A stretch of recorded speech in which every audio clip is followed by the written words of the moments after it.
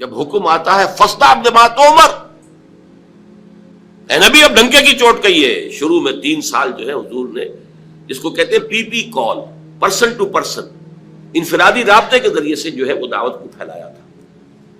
اب آپ کے پاس حکم آ گیا فاصدع بما تؤمر، اے نبی بس اب یہ جو لو پروفائل میں، یہ نوٹ کر لیجئے، خفیہ دعوت کا کوئی دور محمد رسول اللہ صلی اللہ علیہ وسلم کی اس جد و جہد میں نہیں آیا. کوئی خفیہ بات نہیں تھی، انڈر گراؤنڈ موومنٹ نہیں تھی، ہرگز نہیں. البتہ لو پروفائل میں پرسن ٹو پرسن کانٹیکٹ کے ذریعے سے بات پھیل رہی تھی. لیکن اب حکم آ گیا فاصدع بما تؤمر، اے محمد اب ڈنکے کی چوٹ کہو جس چیز کا کہ تمہیں حکم ہوا ہے. پھر آپ کوہ صفا پر چڑھے. اب کوہ صفا جو رہ گیا ہے بیچارہ، وہ تو اس کا ایک سمبل ہے، علامت ہے جو باقی رہ گئی ہے. حضور کے زمانے میں وہ باقاعدہ ایک پہاڑی تھی، ایسی پہاڑی کے جس کے پیچھے کوئی لشکر بھی چھپ سکتا تھا، ایسی پہاڑی. بہرحال یہ چونکہ عرب کا دستور تھا، یہیں سے ہمیں ایک بات معلوم ہوتی ہے کہ دعوت کے لیے جو بھی آپ کے زمانے میں مروجہ ہو طریقے، ان سب کو اختیار کرنا. ہاں اگر کوئی شرافت کے یا حیا کے منافی کوئی شے ہے تو اس کو اس میں سے ختم کر دیا جائے، لیکن یہ کہ جتنے بھی ذرائع ہوں ابلاغ کے جو موجود ہوں آپ کے وقت میں، وہ آپ کو استعمال کرنے چاہیے. جب حکم ہوا فاصدع بما تؤمر تو آپ نے رواج کے مطابق یہ شکل اختیار کی. رواج کیا تھا؟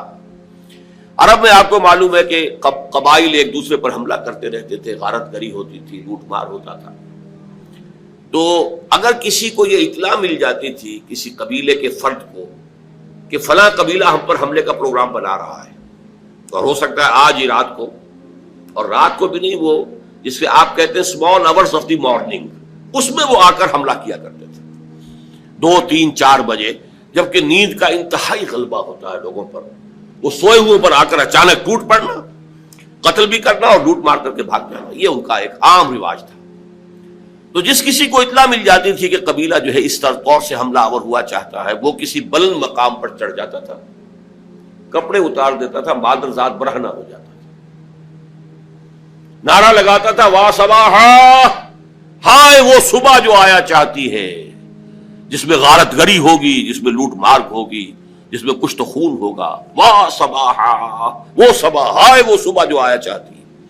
اب دیکھیے دونوں چیزیں اس نے جمع کر لی، آڈیو ویژول، اس لیے کہ جہاں تک تو اس کی آواز جا رہی واہ صباحا، وہاں تک تو لوگوں نے اس کی آواز کو سن لیا، وہ لپکے دوڑے، کوئی بڑی خبر ہے، کوئی حملہ ہوا چاہتا ہے، کوئی بڑی تباہی آنے والی ہے، یہ شخص اس کی خبر دینا چاہتا ہے، تو دوڑو، لپکو، سنو اس کی بات.